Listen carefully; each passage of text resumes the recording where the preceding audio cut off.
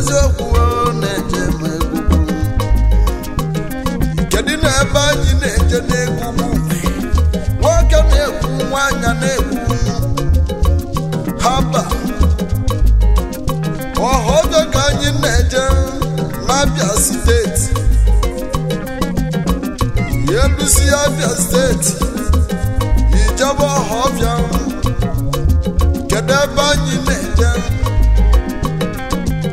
n'ọhọbịa ka nna ju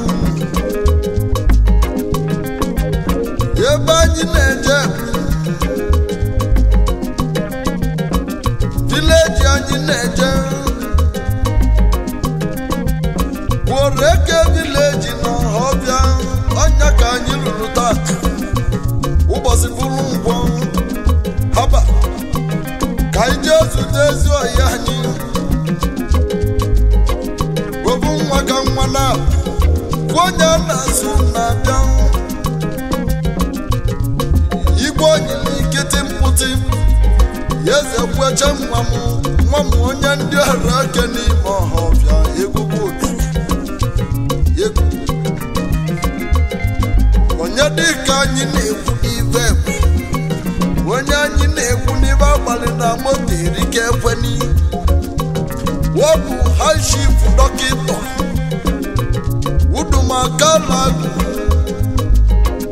udumakalag n'aka gị ka ndị mali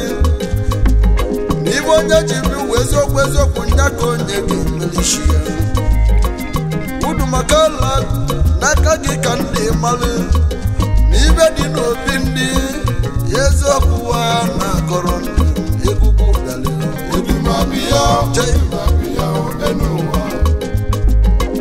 Nwadibabia Udumabia onye na-ekwuwa n'ọdịkọbịa Udumabia Enuwa Nwadibabia Udumabia onye na-ekwuwa n'ọdịkọbịa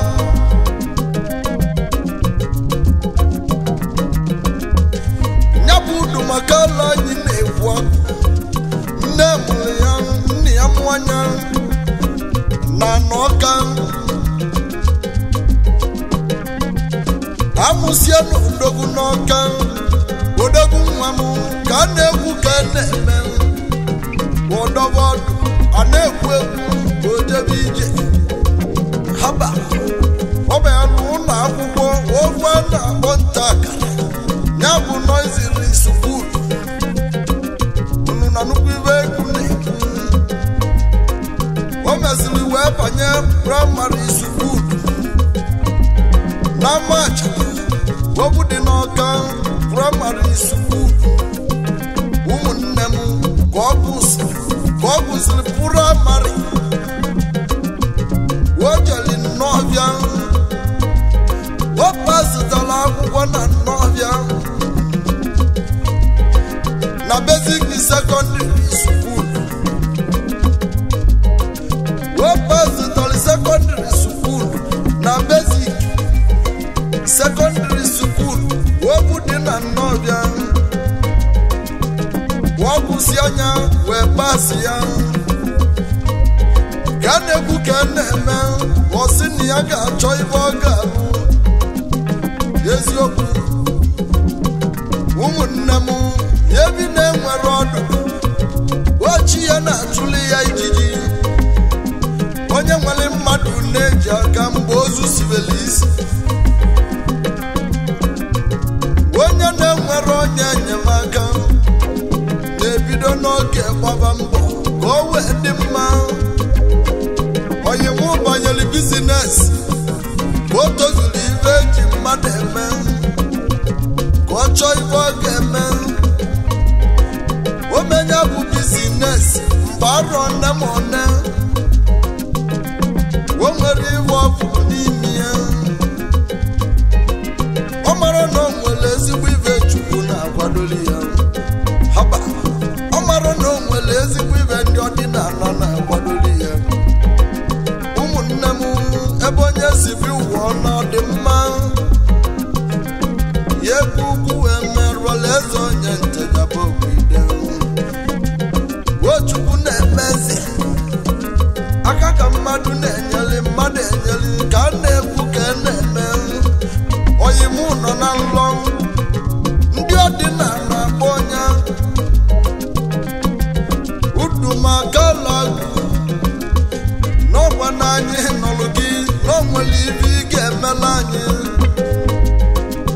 ngwagwa onye pụta ụwa ọ bụ na ndị bụ unu na-eme omenala ya ejekwa n'ụka ma ka ị ga-eme ka o wee dịrị gị mma ọ bụ na ịpụta ụwa ndị bụ unu na-eje ụka tụgharịkwa uche maka na eziokwu omenala ndị na-egbu ndị tata ya wee omenala ndị na-azọ ndị ọzọ ụka ọkata ọka ịnụ ọnụ onye ọbụla abụwo n'anya haba ka na-ekwu ka na-eme oyim bidoro gbaliba nyabarobi n'agụ ekwere ya pụọ ga akwụkwọ nyaba oyi anya udu ma aka alụ agụ ọ nọzi na nlọ wee ebe ọ na-agwọ ya udumakalụ wee tete n'ụtụtụ wee sepụlana chinye ya ga-enu kpọchukwu kelụ ụwa kpọba ndị ọdịna kedu ibe nya ga-abụzi na ihe mmego bizinesi enwere isi kedu ibe ọ na-abụ ibe ka a na-ekwu ka a na-eme n'ime ya dị obi o nwere ofu nwanyị na-akwa akwa na di m ahụnarị m ụmụnne m na di m ahụrụ di m ahụrụ haba nyabụ ya ji wee bunye wee jeluwe fụ ka nwoke na-atụ adị n'ala ka ọ nwụrụ ụmụnne m udumakala wee gbapụ ọsọ jee kpata abịbịa nyaba abịbịa mmadụ amarị ya udumakala wee rịọla isi anya tinye nwoke ndị n'anya na-abụ nwoke ndị wee zuwe ume ndụ nwoke ndị wee kuwe ume ndụ ụmụnne m nwoke wee gba uwe ume ndụ mgbe m na-ekwu ọrịa ma obodo niile ezugo sitiriti niile ezuokwa enyi onye ọbụla na-agbọ ya bụ nwa anyị na-ene anya n'ọkwa n'olu dibịa mara nwa udumakala onye ndị ọrịa eke n'ime ọha ọfịa onye mere nwa bụ nwoke ekwuru n'ọṅụrụ anụ wee bunye ụmụnne m site mbosi abụ wee gaba haba udumakala bụzi ọrụ dibịa ka ọ na-arụ tata dibịa na-agwọtagụ imoloko udumakala na-ebu nne m udumakala agụ ebe ọ bụ na chukwu ka imeli gị ka ọ ga-eme gị ijiri odibịa kpọlie owu ị na-emela ọgala emela ogbe ibe ndị ọdịnala na-achọ bụ onye nwere ezigbo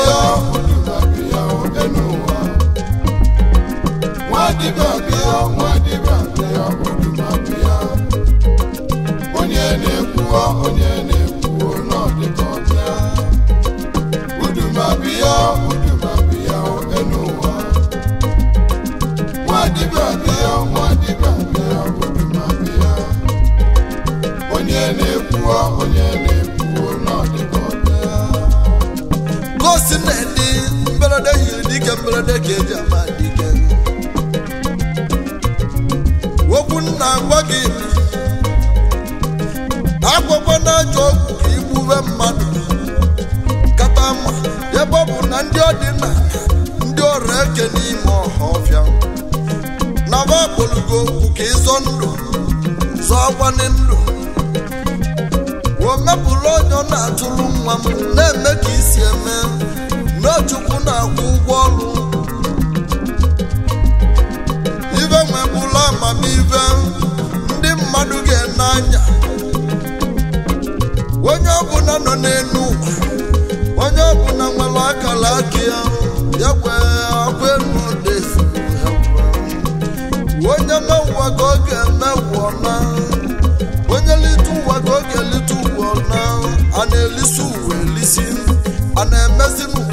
Agesi udu makala gobia bali egwu na chekwaneke jeya jeya jeya jeya wamu nwa dibe alusi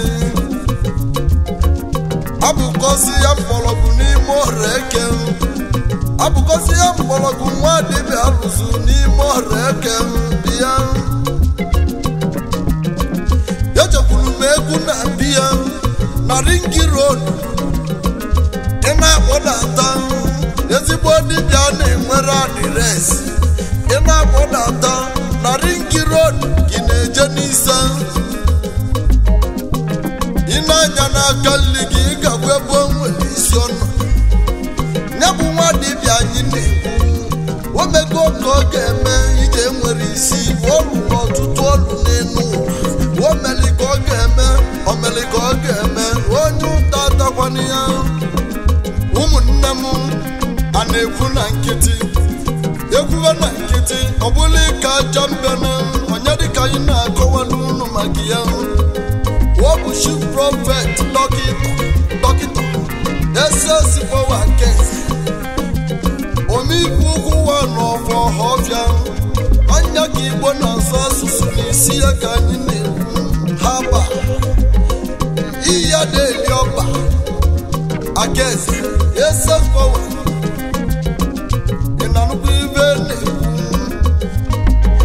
ekenele m mmụọ niile ọ na-emeli ibe ma nke si be nne ya ma ebe ọ nọ n'ọka kene mmụọ niile na-emeli ya ibe kene mmụọ na-emeli ibe onye ọbụla bịa were ubi ya akaja ọcha pụtara ọnụ mmanụ were aka nya aka ka aka ji ebu ụmụnne m ya wee Agesi prophet Agesi dọkịta ebube agụ na-eche agụ ibe agụ ji eme ile dị agụ na mba geti weli ya gaba n'Chukwu na-eme eze onye Chukwu nyere n'ọrụ dibịa nye agba n'ọsọ nye aba device m na-enye unu onye Chukwu nyere n'ọrụ dibịa nye agba n'ọsọ advice n'obi kos isi ụzọ nke a ma ọ bụzi ụzọ Chukwu kwadoro gị ịma n'iyi haba ọ dibịa alụsị Agesi the prophet isi ike na-egwe ọya na-anara ego Agesi ka a na-eme wee ruo oge Chukwu ga-agba anyị wee bụgozie mene nsogbu ọma mbala arụbaleze ọma na-ekele gị onye ike nga aka m egwu adị mma n'ajụ ọmụ na-ekwu ibe onye kwuru n'elu ụwa nya ka anyị ga-emele onye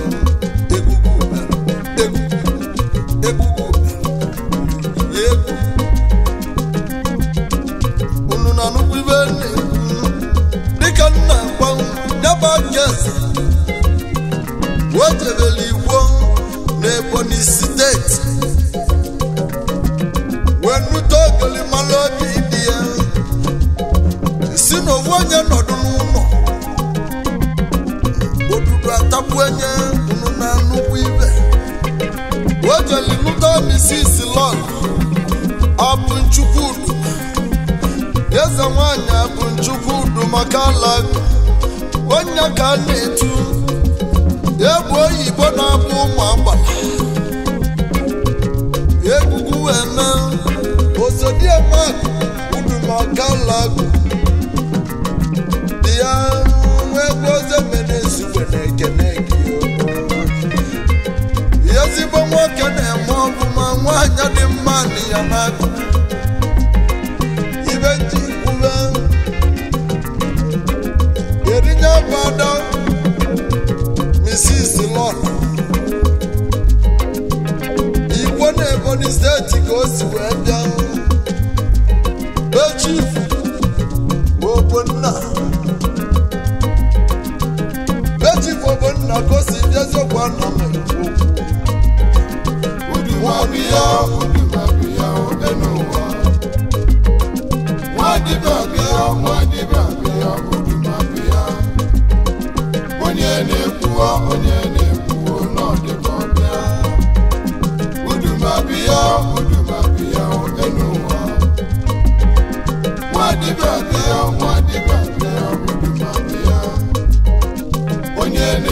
onye na-ekwu n'ọdịkọbịa dịka nna agba unu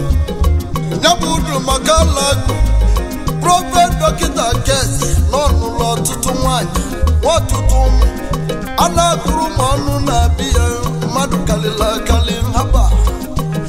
ana m ekene diọkpala izizi ya na nne ya bụ ọgbọ ezigbo mmadụ nwa m Prince Izike udumaka alagụ haba obu nọ Canada ọnụ na-ekwuli Igbo na Canada Prince delude mmanwụ egwude Chukwu gọzie unu cha ndị anyị lọtara ababa na ndị anyị na-elọtara ababa egwu ka na-abịa egwu tọrọ ụta na-ejuru abọ n'ọbụ ka enwe obi ọcha enyi na-amụ enyi udumaka alagụ ya nabakwa n'anya mbe na m mbọ oke na-amụta n'oke onye nne ya bụ enyi kwesịrị ka ọ bụrụ na enyi haba ọ dịbe ndị ya na-akọrọ ndị iyo ya bụ udumaka alagụ prọfet Kezi ome ihe ugwu wa n'ọfọ ọbịa ọ sịla anyị bụla ekene waba ma onye anyị bụla ikene haba ana m ekene chief barista akọna m ogbo nna ya Okonkwo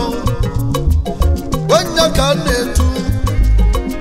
Okoludo na Ngwele Okoludo bịa gbala egwu na-egwu na-eche gị egwugwu ụbịali Ngwele haba ana m ekenekwu Chief Innocent mmadụ eke obe imegwu keneli gị udumaka alagụ sịla anyị kenebu unu n'ovu oyimụbịa weli ana m ekenekwu Chief Obi Emmanuel ele ya so ọzọ pụrụ inye ego wa n'Imo steeti ezi nwa si Imo steeti bịa Chukwu ga-akwụ ụmụ ụgwọ haba ana m akpọ itekwu Chief Osita ọzọwali ele ya si akụ na-etigbu ịlọwa nwa m na-egwu na-ekene gị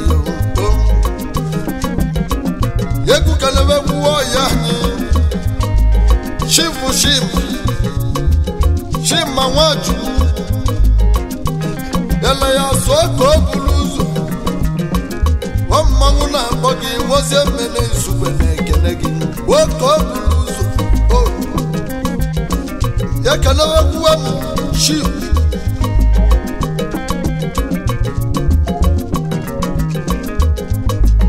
ana m ekenekwu Chief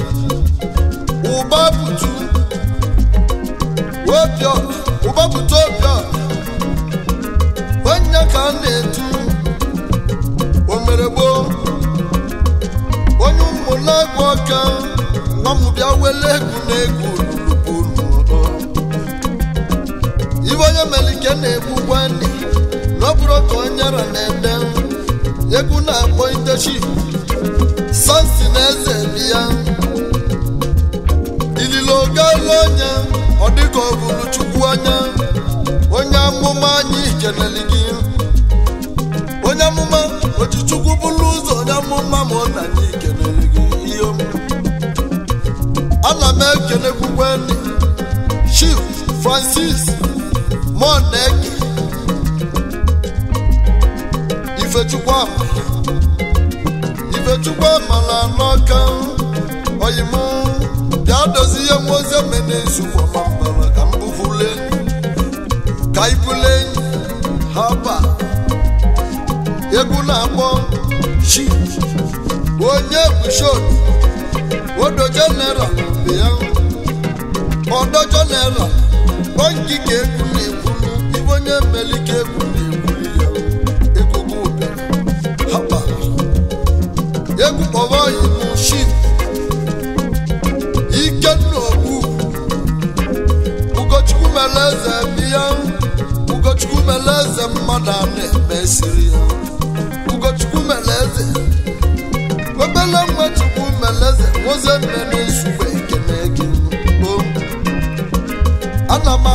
Kenekwuni Chief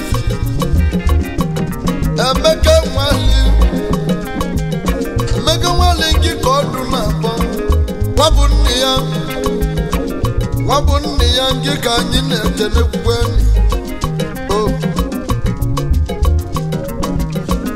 egwu kpọrọ Chief Sunday Igbo bịa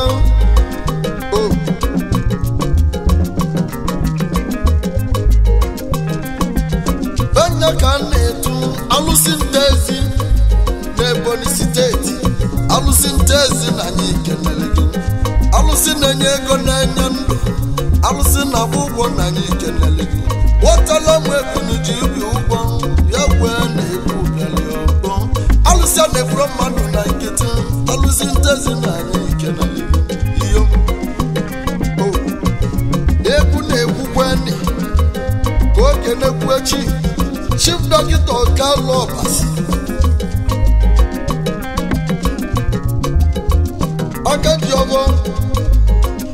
Agaji ọgbọ na ọhọfịa ngịga anyị na-ekwu Agaji ọgbọ na ọhọfịa bịa nwanne udu maka lagụ nwanne mali nwanne ya nne n'ụwa anyị nọ n'ime ya Agaji ọgbọ anyị kenele gị daalụkwa egwu akpọba Chief Chekwube Chukwu ike amaka onye ka na-etu ovu mbaji dimkpili na-agba ngalebu Holy boy na n'ime bịa ovu mbaji dimkpili na-agba ngalebu Holy boy na n'Igbo oke nwa m na-ekwu kenele gị ịbịa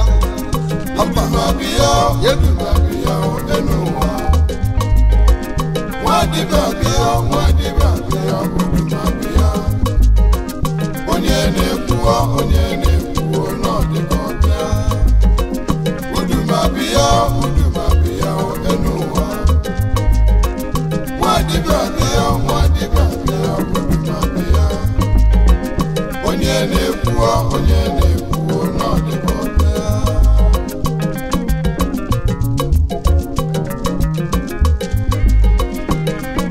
egwu akpọba Chief Nathaniel yababụ na Nathaniel nọ n'egwu mma nnata n'ibe onye nnata ibe ọ bụrụ nke ya onye mụ Nathaniel Siza bịa aka na-enye ego nke m ga-elu n'ime aka na-enye ego na-egwu kenele gị ije ya ihe ewe n'ezugbo nne m ana m ahwa onye na-eme omume na-ebe ọbụbe ego usikwe n'ike ojekwunye nwanchi eziokwu nwanchi a na-alịrị eziokwu nwanchi a na-alịrị n'elu ego ekenebe Chief Prophet jide ọgwụ ọbịa onye ka na-etu aka na-asụ ụshu ụmụnne m onye agbara ụshu were ọsọ were ije n'idigo mma ma iwu Prophet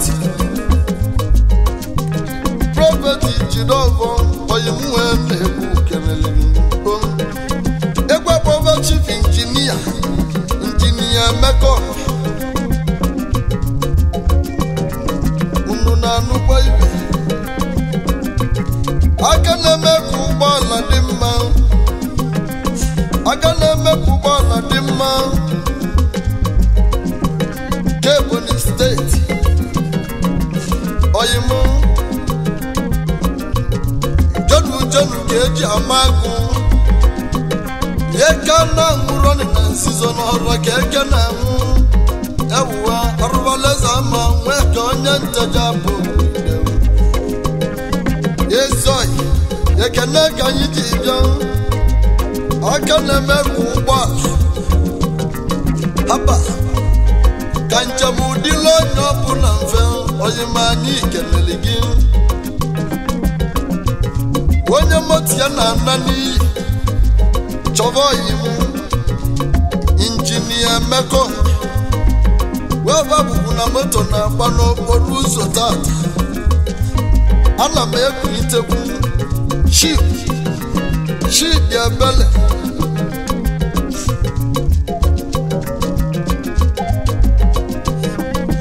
sheep da bele ibonezu bia sheep da bele ibonezu bia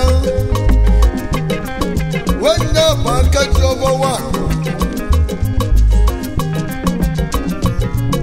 Namiri Gedini State Akajova Bialio Mose Menesuwe Genegi Akajova na dirikuwa Okovo Kovuko na dinimo Shibuchi Yebele Ibonezu Akajova wa of family Nimo State Yesi mwamu jisi wani kemoze mene suwe genegi Abago munoku mwotutu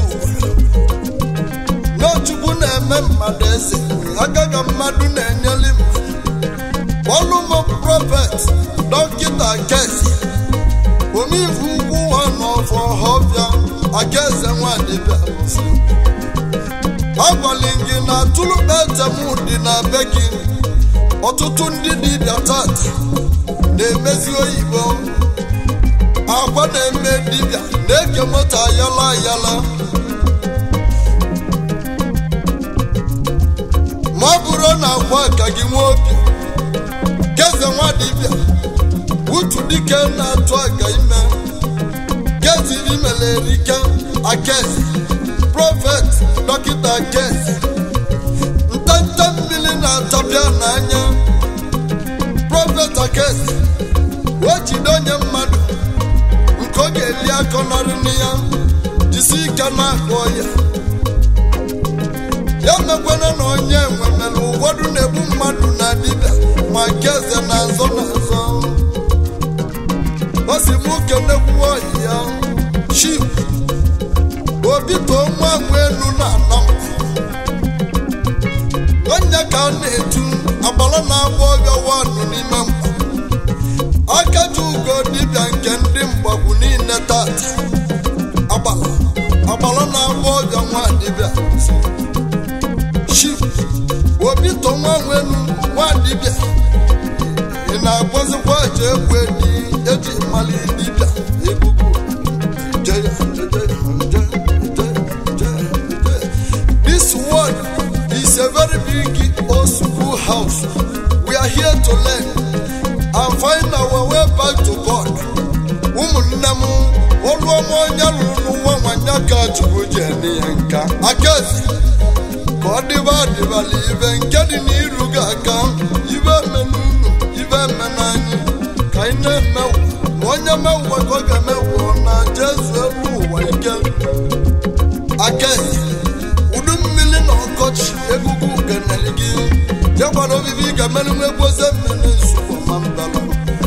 Madu buchi biye nenu Ojogwe mo Egu Jaya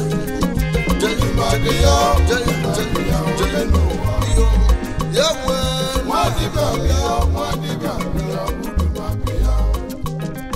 Onyene kuwa no depopia Udumabia, enuwa Mwadiba